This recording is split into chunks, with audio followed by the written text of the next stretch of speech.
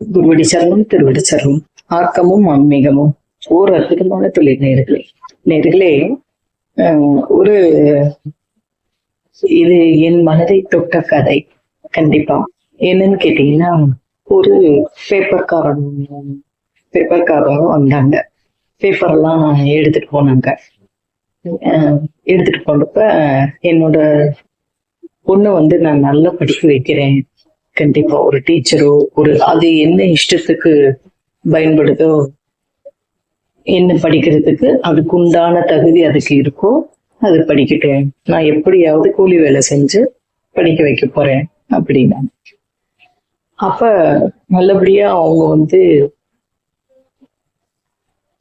Paper போடுறவங்களோட பொண்ணு ஒரு teacher ஆயிட்டாங்க. அந்த பொண்ணோட அவங்க ஜட்ஜ் ஆயிட்டாங்க. இப்படியே தலைமுறையா நல்ல ஒரு பொசிஷனுக்கு வந்துட்டாங்க.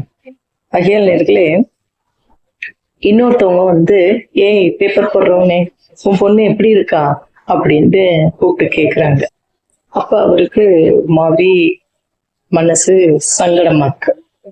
அதே போல ஸ்கூல் ஆயம்மா வேலை பார்த்த பொண்ணு ஒரு பெரிய அதே ஸ்கூலுக்கு டீச்சரா அவங்க பொண்ணு வந்திருக்காங்க. ஆக ஆயம்மா பொண்ணுன்னு இப்ப யாருமே சொல்ல மாட்டாங்க.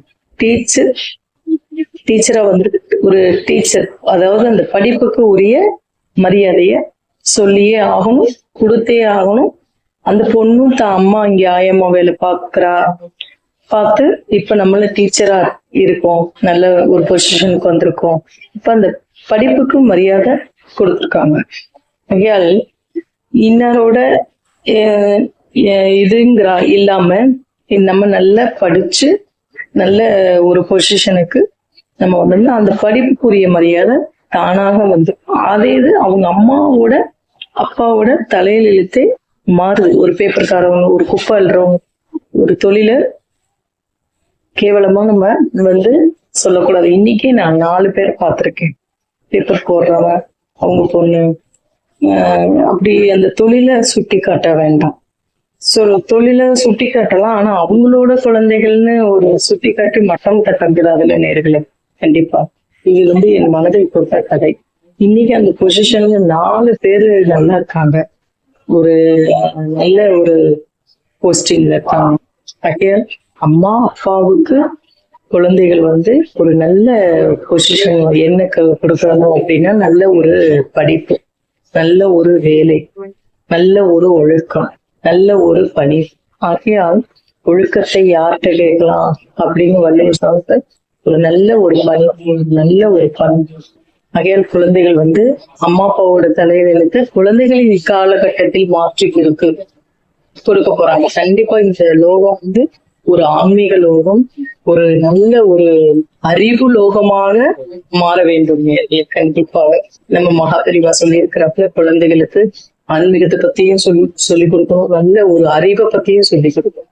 கண்டிப்பா ஒரு பேப்பர்காரன், ஒரு சிலிட்டர்காரன், எந்த மட்டத்துல, எந்த ஒரு கட்டத்துல இருந்தாலும் சரி, அடி மட்டத்துல இருந்தாலும் அறிவை ஊட்டி அந்த குழந்தைகளுக்கு ஒரு பாடத்தை புகட்ட வேண்டும். கண்டிப்பாக அந்த 6 அறிவு நம்மளுக்கு கொடுத்திருக்கிற அந்த ஆண்டவனுக்கு நம்ம நன்றியை செலுத்தி நல்ல ஒரு குழந்தைகளை நல்ல ஒரு படிக்கிற தருணத்துல நம்ம சுட்டி காட்ட வேண்டும். நல்ல போஸ்டிங்ல நம்ம குழந்தைகள், ஒவ்வொரு குழந்தைகளும் பேப்பர் போடுறவங்களா இருக்கட்டும், யாரா இருக்கட்டும், ஐஏஎஸ் அதிகாரி ஆகலாம், ஐபிஎஸ் அதிகாரி ஆகலாம், பைலட் ஆகலாம். அதில் நம்ம ஒரு படிப்பு தான் நம்மளுக்கு பிரதானம் நேர்கள். கண்டிப்பா